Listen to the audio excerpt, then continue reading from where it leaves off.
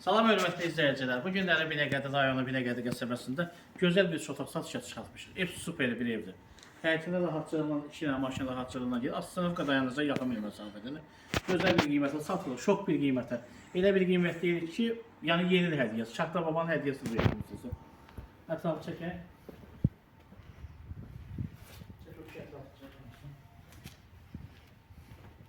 Evimiz çox gözəl evdir, şəxsi evdir.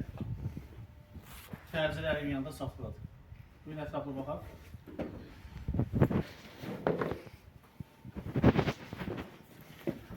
Biraz Şöyle çekelim.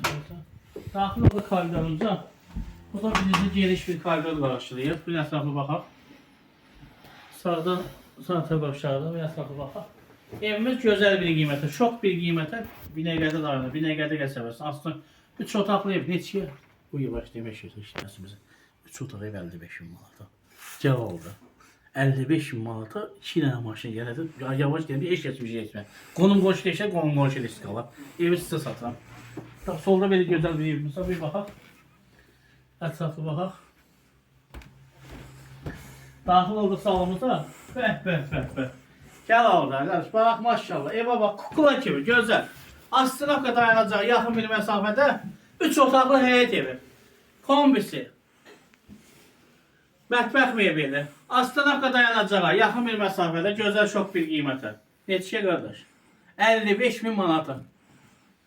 Real alıcı şok da bir indirim edəcək. Gəl, bax, şu indirim edirəm bu evi. Heç neçə satacağım, gəl. Burada da gözəl bir desk otağı var. 3 otaqlı həyət evidir. Binəqədi rayonu, Binəqədi qəsəbəsində.